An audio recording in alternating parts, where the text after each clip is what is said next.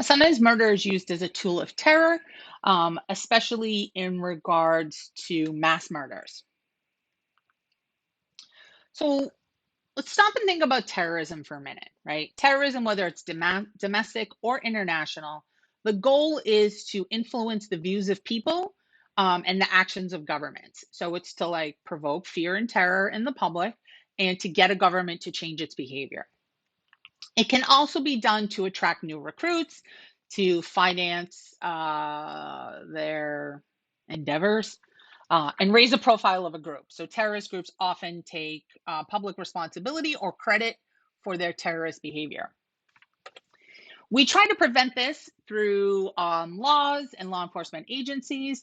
And this can also sometimes be connected to hate crimes and hate murders, because those also have the goal of inflicting fear in a particular group of people. So a hate crime is motivated by the actual or the perceived religion, national origin, gender, sexual orientation, gender identity, or disability of the victim.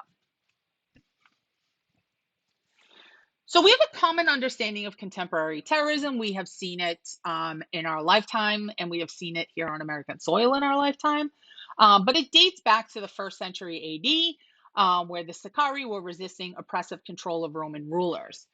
They attacked prominent Romans and moderate Jewish leaders in public to show that no one was safe. So terrorism is focused on the act being a message.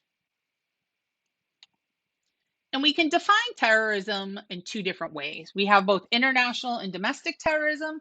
And this is the definition under Section 18 of the US Code, Chapter 18 of the US Code, Section 2331.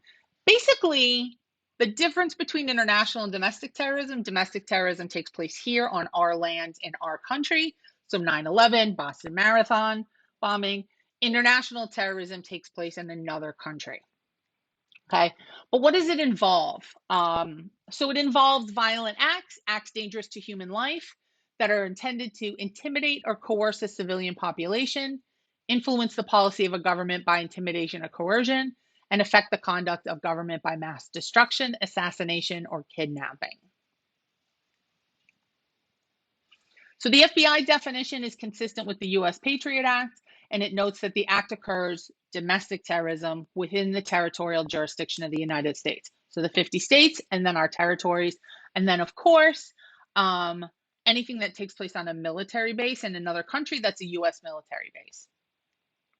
Most acts of terrorism are domestic, and there's a lot of domestic terrorism that wasn't really necessarily labeled as terrorism. A lot of white supremacy terrorism in maybe like the 80s, 90s. If you think about like Timothy McVeigh, right? That's terrorism as well. We're generally, as a public, unaware of how many acts occur each year that are actually considered terrorism. Now, internationally, US citizens have been attacked abroad. This is often symbolic and strategic, and there is value in attacking Americans. So what might be some reasons for attacking foreigners? Maybe a country has receiving some type of US aid and a terrorist organization is not happy about that. Media coverage of the attacks could be another strategic region. Acknowledgement of peers in the terrorist home country or region, and the government accepting US aid may take unpopular measures at home. So another word to think about is genocide, right? Probably the genocide we're most familiar with is the Holocaust, although there have been many genocides since then and before then. But this is basically when a group of people are attacked because of their racial, ethnic, or national identity, and the group attacking them is attempting to eliminate them, to get rid of them as a group, to exterminate an entire group. So terrorists often commit brutal acts intended to strike fear, and it can really underscore how vulnerable the population is and attract a lot of media coverage. So you guys are too young to remember this, but after 9/11, it was like 24/7 news coverage, and it was very scary because we did not know at the time if more attacks were coming. We didn't have a lot of accurate information. Terrorist groups may also attack individuals, and that can include kidnapping and murder.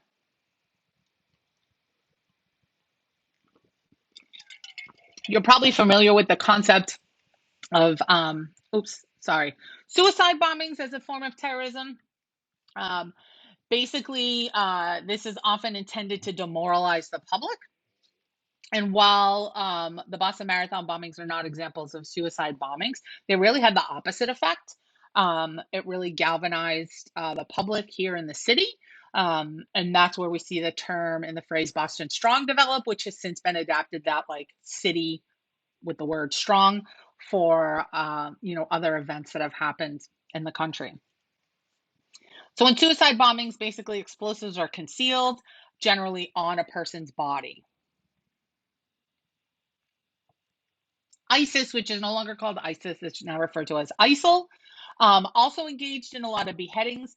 This was something we saw a lot post 9/11 as well. This is basically using edged swords or edged weapons.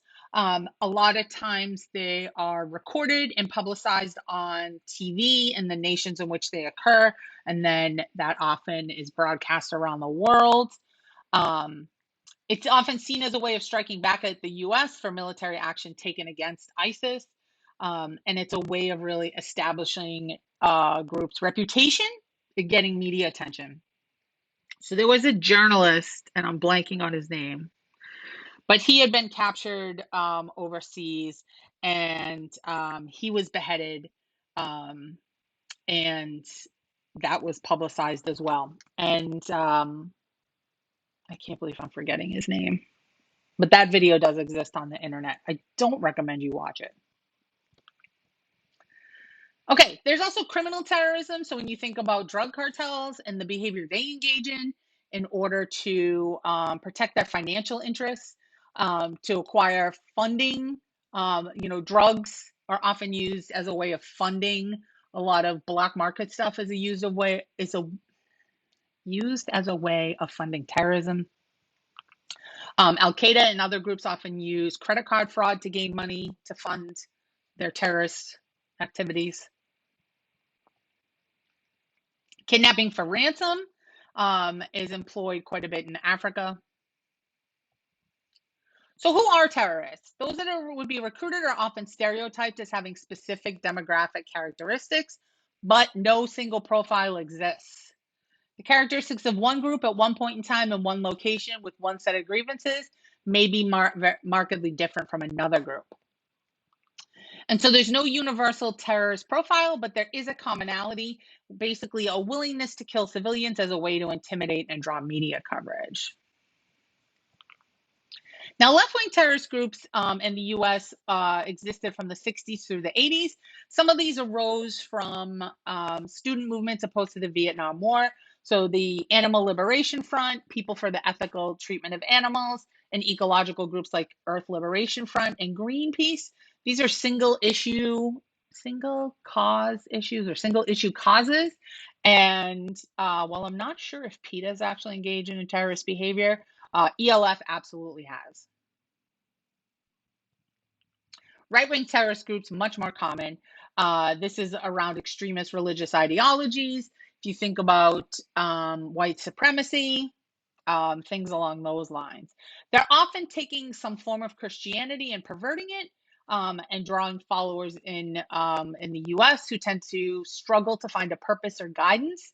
And that often they're drawn to these groups where they can form some type of identity. So there's also lone wolf terrorists. These are people who are operating outside of a small, a terrorist cell structure.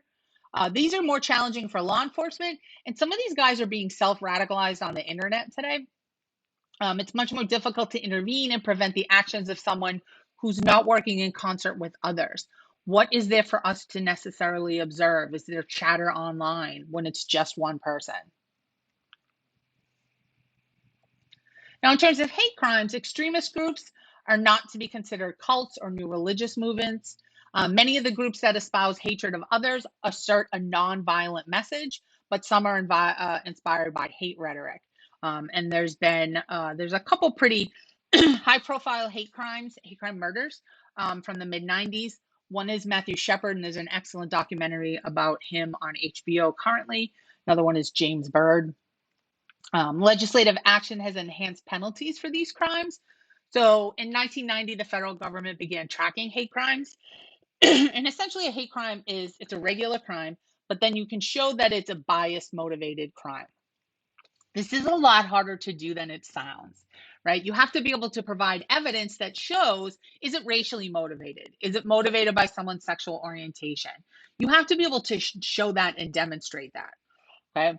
Now, there might be behavior, there might be things the person said, writings they've left behind that would indicate that to us.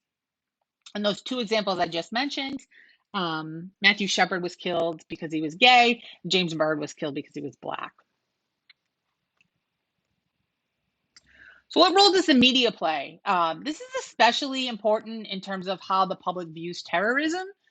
Terrorist organizations hope for media coverage, but they're also using the internet, okay? And they're using all the same social networks that we're using to just like snap pictures to our friends and be silly.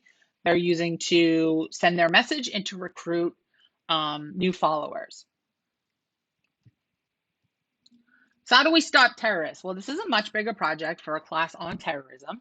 But basically, the type of planned murder that's addressed in this chapter involves killing another human being or several of them based on a bias against some demographic group that's not like you. So that would be a hate murder, or those who are philosophically inconsistent with your own worldview. Terrorism. Um, and so some individuals come to a belief system or political movement at a point in their life that makes them susceptible to this. Some terrorists come from poor backgrounds and choose to join a group perhaps based on limited options. Others come from middle class or upper class. There have been folks, Americans born and raised here who were radicalized and became part of ISIS. Um, so it's not just limited to sort of what we might think of stereotypically on TV.